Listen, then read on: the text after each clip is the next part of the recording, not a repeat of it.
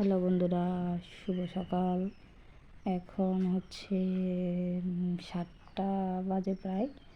এখন আমি ফ্রেশ হয়ে এসে রুটির জন্য জল বসাই দিলাম। এখন আমি রুটি বানাবো। সকালবেলা ছেলেকে স্কুলে নিতে হবে, আবার ওর বাবা সকালবেলা নাস্তা করে যায়।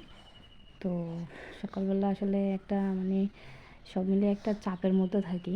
সকালের কাজটা অনেক বেশি তাড়াহুড়ো হয়। তো আজকে তো আবার বৃহস্পতিবার, আমাকে আবার পুজো দিতে হবে। এই যে আমি এখন রুটিগুলো শেষ করব।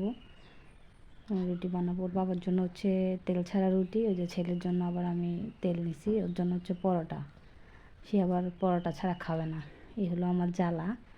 আসলে কি করব এখন, ছেলের কথা শোনা তো লাগে। এক না বানাইলে আবার খাবেও অনেক। ওর জন্য যদি তেল না দিই খাবে না। ওর বাবার জন্য আমি 2টা আগে উঠে নিছি। তারপর হচ্ছে এখন এই যে ওটাতে আমি এখন তেল দিচ্ছি। তো ও এখন উঠে নাই, এখন উঠবে একটু পরে। তারপর গরম গরম খাবে।